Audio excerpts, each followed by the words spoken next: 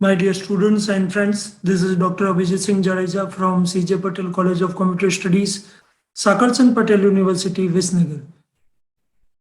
आज हम लोग पॉइंटर का कॉन्सेप्ट लेना चाहते हैं। जैसे कि आप स्क्रीन पे देख रहे हैं, एक सी लैंग्वेज का प्रोग्राम है और ये सी लैंग्वेज में आप जानते हैं कि has include stdio.h and conio.h आपकी हेडर फाइल या लाइब्रेरी, वॉइड मेन आपका मेन फंक्शन, और यहाँ से आपका यहाँ तक पूरा लॉजिक होता है।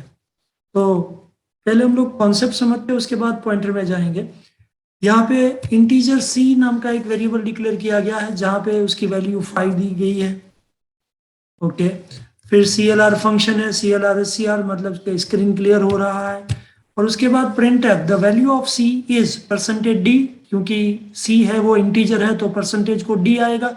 \n means new line, address of c is %p, और बाहर यहाँ पे दो वेरिएबल मतलब वेरिएबल c डिक्लेयर किया गया है और उसका एक address value c address of c के साथ दिया है। मतलब कहने का यह है कि ये जो c वैल्यू है, ये c वैल्यू जाएगी ये %d में, और ये %p है जहाँ पे ये c वैल्यू का वेरिएबल स्टोर होगा, उसका लोकेशन जिसको हम एड्रेस कहते हैं वो स्टोर होगा।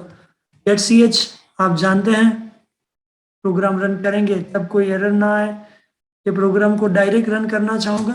आपके सामने जो आउटपुट है वो the value of c is equal to 5, क्योंकि c में हमने 5 वैल्यू एज अ फिक्स डाली थी। Address of c is equal to FF4, ये लोकेशन है। रैंडम एक्सेस मेमोरी के अंदर मेमोरी सेल होता है और हर एक मेमोरी सेल का एक लोकेशन होता है, तो ये लोकेशन के अंदर c वेरिएबल स्टोर हुआ है, ये समझ में आए।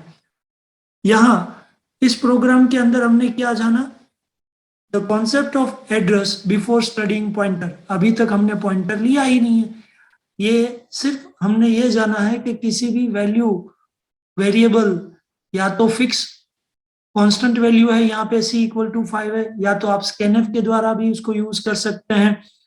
तो उसका एड्रेस कैसे निकाला जाए, कैरी आउट किया जाए, तो यहाँ पे %p के द्वारा हम लोग ये कर सकते हैं। दूसरा प्रोग्राम ओपन करते हैं जिसके अंदर पॉइंटर है।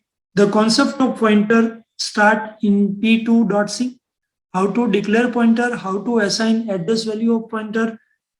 ये हेडर फाइल stdio.h conio.h आप जानते हैं, वॉइड मेन फंक्शन, यहाँ तक आप पूरा जानते हैं। अब यहाँ पे आप समझिए, इंटीजर c इक्वल टू 5 जो अगले वाले प्रोग्राम में था वही, कोमा $p का मतलब है यहाँ पे पॉइंटर वेरिएबल डिक्लेयर हो चुका है। मतलब कि जब भी पॉइंटर वेरिएबल कोई डिक्लेयर होता है उसके आगे स्टार आता है। दूसरी इंपॉर्टेंट चीज ये है कि आप पॉइंटर वेरिएबल के द्वारा कोई थर्ड वैल्यू या जो कोई वेरिएबल है उसका एड्रेस आप वहां स्टोर करेंगे, क्योंकि पॉइंटर की डेफिनेशन ही यही है, a special variable that can store the location or address value of another variable। फिर यहाँ पे CLR SCR स्क्रीन क्लियर, आप इसका मतलब जानते हैं, स्क्रीन क्लियर होगी। यहाँ पे printf में आप देख सकते हैं पॉइंटर का important value of c is equal to %d, मतलब कि यहाँ पे जो c की वैल्यू 5 है वो यहाँ आएगी। फिर \n means new line, address of c is equal to %p मतलब लोकेशन, फिर \n means new line, both by pointers. और आप यहाँ कॉमा करने के बाद ये आप देख रहे हैं $p जब मैं करूंगा तब $p के अंदर %d में 5 वैल्यू दिखाएगा, क्योंकि अब पॉइंटर वेरिएबल ने c का एड्रेस स्टोर कर दिया है। और जब मैं यहाँ पे p करूंगा तब आप जानते हैं एड्रेस ऑफ c आएगा। अल्टर r रन कर देते हैं और अगेन मेरे प्रोग्राम का आउटपुट वही है, value of c is equal to 5, address of c equal to FF4 both by pointer. यहाँ पे मैंने अब मैं जो जहाँ हाईलाइट कर रहा हूँ वहाँ देखिए, मैंने c वेरिएबल का यूज नहीं किया है। मेरा पहला प्रोग्राम था उसमें मैंने c comma address of c लिया था, बट अब मुझे ये समझ में आया है, अब मैंने ये समझा दिया है कि पॉइंटर मीन्स $p। जब वो डिक्लेयर होता है तब स्टार पी होता है। पॉइंटर वेरिएबल में हमेशा जो थर्ड वेरिएबल है उसका लोकेशन या उसका एड्रेस स्टोर किया जाता है, और इसके कारण आप ओरिजिनल वेरिएबल सी को टच किए बगैर, प्लीज थोड़ा ध्यान से समझिए और सुनिए, सी वेरिएबल को टच किए बगैर या सी वेरिएबल को एक्सेस किए बगैर आपने 5 को भी कैरी आउट किया एज वेल एज उसके लोकेशन को भी कैरी आउट किया। तो ये पॉइंटर था। अब पॉइंटर की एक खासियत है कि आपने जब उसको रन किया तब उसकी वैल्यू क्या थी, 5। अब मैं यहाँ पे एक चीज करता हूं, c इक्वल टू मैंने कर दिया 12, सेम कॉपी पेस्ट। अब c की वैल्यू 12 हो चुकी है। मैं प्रोग्राम एक बार रन करना चाहूंगा फिर से। अब देखिए the value of c is 5, address उसका वही है FF4, both value by pointer, value of c is now 12, address की वैल्यू एज इट इज रही।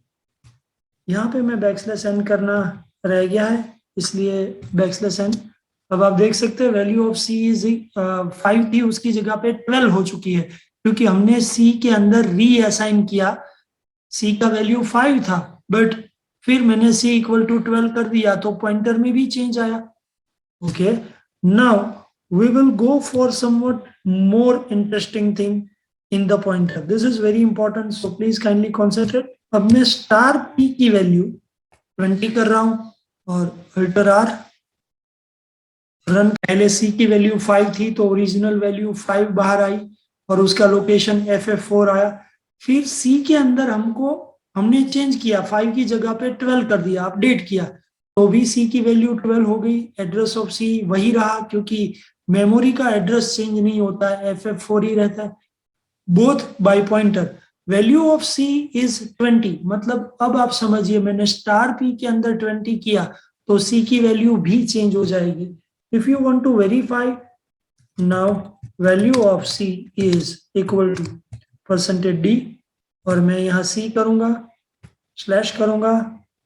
अब मैं प्रोग्राम को फिर से रन करूंगा। आप देख सकते हैं पहले c 5 था, फिर c हमने 12 किया, फिर पॉइंटर के अंदर हमने उसकी वैल्यू 20 कर दी, तो c की वैल्यू भी 20 हो चुकी। मतलब कि आप इसको थोड़ा अच्छी तरह से समझ लीजिए, जब हमने प्रोग्राम की शुरुआत की थी तब c की वैल्यू 5 थी, तो यहां से लेके यहां तक जब वो प्रिंट किया स्टार p और p ने, तो उसने 5 को एक्सेप्ट किया और 5 के द्वारा प्रोग्राम रन किया। जब मैंने c की वैल्यू 12 की तो उसका एड्रेस तो वही रहा FF4, बट c की वैल्यू 12 हो चुकी, तो पॉइंटर के अंदर भी वो वैल्यू चेंज होगी। और ये जो लास्ट था जिसके अंदर हमने स्टार p के अंदर 20 कर दिया, तो ऑटोमेटिकली c के अंदर भी 20 आया। इसी कारण हमने जब ये लाइन प्रिंट करवाई या प्रिंट एफ करवाई, तो आपने देखा कि c की वैल्यू भी 20 होगी। सो फ्रेंड्स, इस प्रोग्राम के द्वारा हमने पॉइंटर का बेसिक कॉन्सेप्ट सीख लिया। और पॉइंटर कैसे डिक्लेयर करते हैं, स्टार से, star p, star x, star d, कोई भी वेरिएबल ले सकते हैं, बट स्टार या स्ट्रिक लगाना पड़ता है। दूसरी चीज, पॉइंटर हमेशा एक अलग या अनदर वेरिएबल का एड्रेस स्टोर करता है। मतलब कि पॉइंटर के अंदर यदि रिक्वायरमेंट कुछ चीज की है, वो ये है कि पहले तो उसका डिक्लेरेशन स्टार p से, जैसे मैंने अभी हाईलाइट किया आप देख रहे हैं। और दूसरा इंपॉर्टेंट चीज है, जो पॉइंटर वेरिएबल होता है वो ऑलवेज एड्रेस या लोकेशन स्टोर करता है किसी अदर वैल्यू का, अदर वेरिएबल का। ये कनेक्शन हो गया, फिर आप ओरिजिनल वेरिएबल में वैल्यू चेंज करें या पॉइंटर में वैल्यू चेंज करें। यदि आप पॉइंटर में वैल्यू चेंज करेंगे तो भी ओरिजिनल वेरिएबल के अंदर वैल्यू को आप चेंज पाएंगे।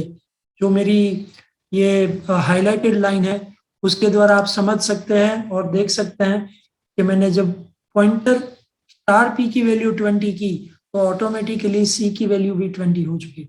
सो नेक्स्ट प्रोग्राम में हम डबल पॉइंटर लेंगे, डबल वेरिएबल लेंगे, कि अभी हमने स्टार p एक ही लिया है, नेक्स्ट प्रोग्राम में हम स्टार p1, स्टार p2 और 2 वैल्यू को एक्सेस करेंगे, a और b को।